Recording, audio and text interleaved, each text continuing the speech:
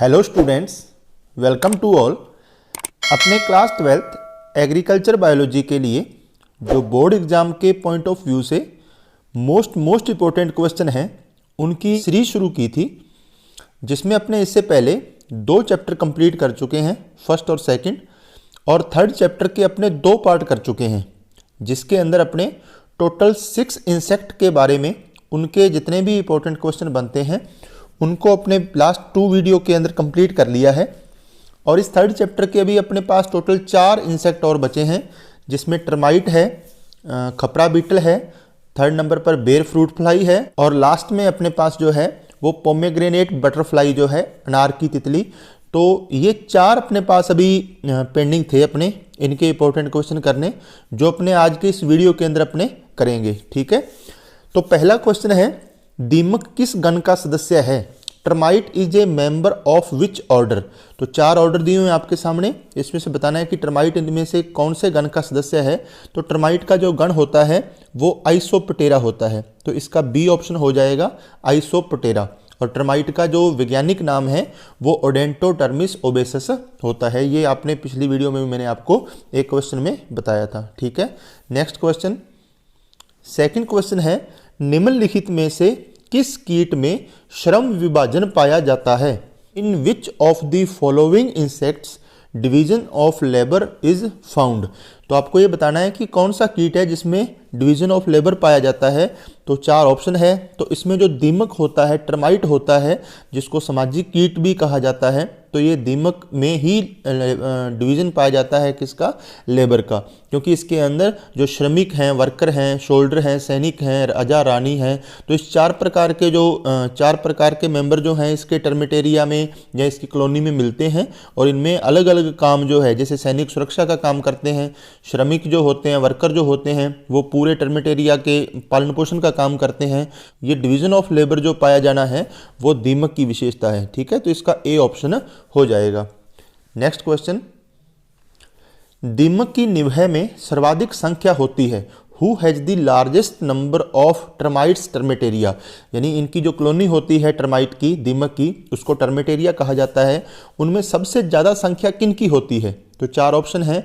तो इनमें सबसे ज़्यादा संख्या में जो पाए जाते हैं वो वर्कर होते हैं, श्रमिक होते हैं, जिनकी संख्या लगभग 80 से 90% होती है। दूसरे नंबर पर सैनिक आते हैं, ठीक है, सोल्जर होते हैं, जिनकी संख्या लगभग 3 से 5% होती है। ठीक है, नेक्स्ट क्वेश्चन, निम्नलिखित में से किस कीट की मादा को अंडे देने वाली मशीन कहा जाता है? The female of which of the following insect is called egg laying machine? तो यानी एग लेइंग मशीन का मतलब है बहुत ज़्यादा संख्या के अंदर और जल्दी जो है अंडे देने का काम करती है। तो इनमें से कौन से वो कीट है जिसकी जो फीमेल है उसको एग लेइंग मशीन कहा जाता है? बहुत इंपॉर्टेंट क्वेश्चन है। तो दीमक जो होता है, टर्माइट जो होता है, इसकी फीमेल को एग लेइंग मशीन कहा जाता है, क्योंकि इसकी कुछ प्रजातियां तो एक दिन के अंदर 70 से 80 हज़ार तक अंडे जो है वो देने का काम करती हैं। इसलिए दीमक की फीमेल जो है, टर्माइट की फीमेल जो है, उसको एग लेइंग मशीन कहा जाता है। नेक्स्ट क्वेश्चन, दीमक के अंडों का रंग व आकृति होती है। The colour and shape of termite eggs are? बहुत इंपॉर्टेंट क्वेश्चन है। आपको अंडों का रंग बताना है दीमक के, और उनकी शेप बतानी है।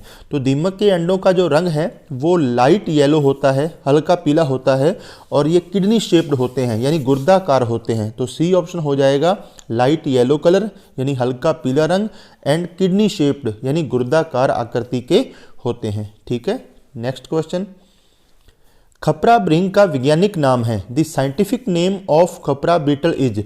तो आपके सामने 4 नाम दिए हुए हैं, तो चारों के बारे में मैं आपको बताऊंगा कि कौन किसका वैज्ञानिक नाम है। तो अपने से सबसे पहले तो खपरा का पूछा है, तो खपरा का जो वैज्ञानिक नाम होता है वो ट्रोगोडर्मा ग्रेनेरियम। ठीक है, तो ये तो खपरा बीटल का वैज्ञानिक नाम है ट्रोगोडर्मा ग्रेनेरियम। ओके, अब 3 नाम और दिए हुए हैं। तो ओडेंटोटर्मिस ओबेसस मैंने आपको भी बताया था कि ये दीमक का यानी टर्माइट का वैज्ञानिक नाम होता है, ये वाला। और सी नंबर पर अपने पास दिया हुआ है कार्पोमिया वेसुवियना। तो ये जो वैज्ञानिक नाम होता है ये बेर फ्रूट फ्लाई का होता है। ठीक है, जो बेर की फल मक्खी दी हुआ है अपने इंसेक्ट, उसका वैज्ञानिक नाम है कार्पोमिया वेसोवियना। और लास्ट में जो दिया हुआ है डियोडोरिक्स आइसोक्रेटस, ये अपना जो लास्ट इंसेक्ट है इस चैप्टर का, पोमेग्रेनेट बटरफ्लाई या अनार की तितली जो है उसका वैज्ञानिक नाम होता है। ओके, नेक्स्ट क्वेश्चन, खपरा भृंग किस गण का सदस्य है? Khapra beetle is a member of which order? बहुत ही अच्छा क्वेश्चन है। मैंने आपको पहले भी ये बताया था लास्ट वीडियो के अंदर भी कि आपको सभी जितने भी इंसेक्ट हैं टोटल 10 उनके साइंटिफिक नेम और उनके ऑर्डर और साथ ही कौन सी फैमिली से वो बिलोंग करते हैं ये आपको याद रखना जरूरी है। तो अपने से खपरा बीटल का पूछा है कि ये कौन से गण का सदस्य है, तो इसका ऑर्डर जो होता है वो होता है कोलियोप्टेरा। ठीक है, ये कोलियोप्टेरा गण का सदस्य है। नेक्स्ट क्वेश्चन, खपरा भृंग के लिए अनुकूलतम तापमान है? द ऑप्टिमम टेम्परेचर फॉर खपरा बीटल इज, यानी कि खपरा भृंग जो है वो किस तापमान पर जो है वो अपने आप को अच्छा मतलब उसकी ग्रोथ होती है, यानी कि वो उस तापमान वाले रीजन के अंदर क्षेत्रों के अंदर ज़्यादा पाया जाता है।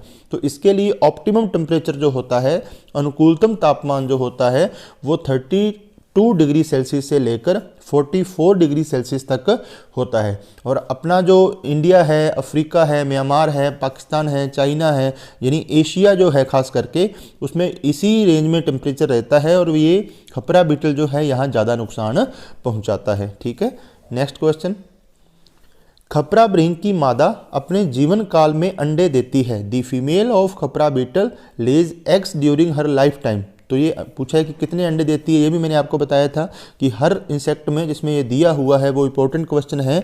तो ये 120 से लेकर 150 120 to 150 अंडे देती है खपरा बीटल की फीमेल अपने लाइफ टाइम में। ओके, नेक्स्ट क्वेश्चन, खपरा भृंग की एक वर्ष में कितनी पीढ़ियां होती हैं?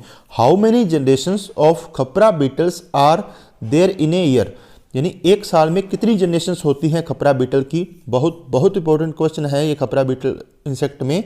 तो इसकी 4 से 5 पीढ़ियां 4 to 5 जनरेशन पाई जाती हैं एक साल के अंदर खपरा बीटल की। ठीक है, इंपॉर्टेंट मार्क कर लेना इसको, इंपॉर्टेंट क्वेश्चन है भैया। नेक्स्ट, खपरा भृंग अनाज के ढेर में कितनी गहराई तक क्षति पहुंचाता है? At what depth does the khapra beetle damage in the grain heap, यानी कि अपने जानते हैं कि खपरा जो होता है वो ग्रेन्स जो होते हैं, अनाज के जो दाने होते हैं उनको नुकसान पहुंचाता है। उनके ढेर जो है दानों को अंदर से खोखला कर देता है, ऐसे जैसे आटा होता है उसमें कन्वर्ट कर देता है।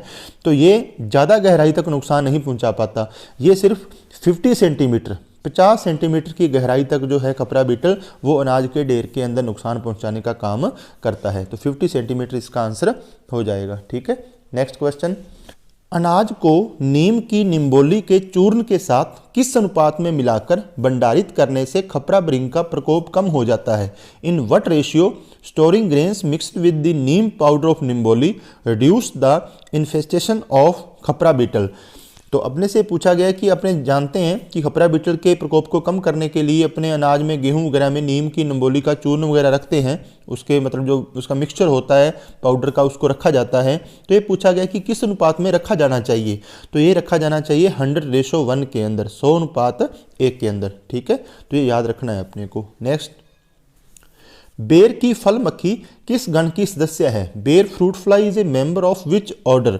तो बेर की जो फल मक्खी है जिसका वैज्ञानिक नाम भी पीछे मैंने आपको बताया था, कार्पोमिया वेसुविएना होता है, ये डिप्टेरा ऑर्डर की सदस्य है। ठीक है, इसका गण जो होता है वो डिप्टेरा होता है। ओके, नेक्स्ट, निम्नलिखित में से एकल बख्शी कीट है।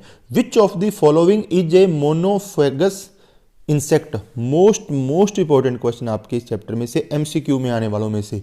तो मोनोफेगस का मतलब है जो सिर्फ एक ही प्लांट की स्पीसीज को नुकसान पहुंचाने का काम करते हैं। ज़्यादातर अपने इंसेक्ट जो हैं वो पॉलीफेगस होते हैं, जो हर एक तरह की फसल को नुकसान, हर एक तरह की फसल की जाति को नुकसान पहुंचा सकते हैं। लेकिन बेर की फल मक्खी जो है, ये जो जिजीफस की जातियां होती हैं, बेर की जो जातियां होती हैं, सिर्फ उन्हीं को नुकसान पहुंचाता है। तो मोनोफेगस कीट का जो एग्जाम्पल है आपके इस 10 इंसेक्ट के अंदर, वो बेर की फल मक्खी अपने को याद रखना है, बेर फ्रूट फ्लाई याद रखना है। ठीक है, नेक्स्ट क्वेश्चन,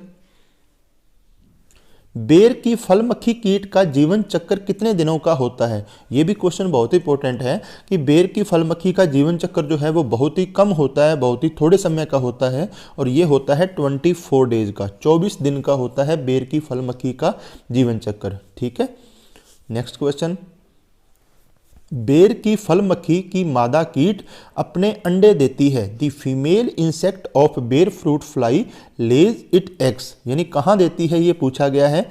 बहुत अच्छे ऑप्शन भी हैं। फल पर देती है ऑन फ्रूट, इनसाइड फ्रूट फल के भीतर देती है, पत्तियों पर ऑन लीव्स, और मिट्टी पर ऑन सॉइल।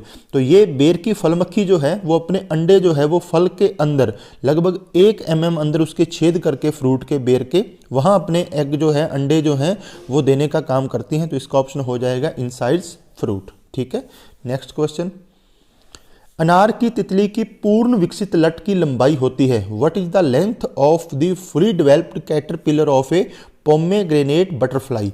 तो अनार की तितली की जो लट है उस जब पूर्ण डेवलप हो जाती है, विकसित हो जाती है, तो उसकी लंबाई जो है वो 17 to 20 mm होती है, और उसके पंखों का जो विस्तार है वो लगभग 40 to 50 mm हो जाता है। लंबाई तो उसकी 17 to 20 mm होती है, लेकिन अगर उसके विंग्स जो हैं, उसके पंखों का जो एरिया है वो कवर करता है जितना, वो 40 to 50 mm हो जाता है। ठीक है, नेक्स्ट क्वेश्चन, अनार की तितली अंडे देती है। पोमेग्रेनेट बटरफ्लाई लेज एग्स, तो ये अपने अंडे कहाँ देने का काम करती है। तो ये जो फ्लावर में कैलिक्स होता है, कैलिक्स के ऊपर अपने अंडे देने का काम करती है। अगर फ्रूट्स ऑप्शन में आ जाए तो फ्रूट्स भी होगा, मतलब कैलिक्स ना आए फ्रूट आ जाए, फलों पर अंडे देने का काम भी करती है अनार की तितली।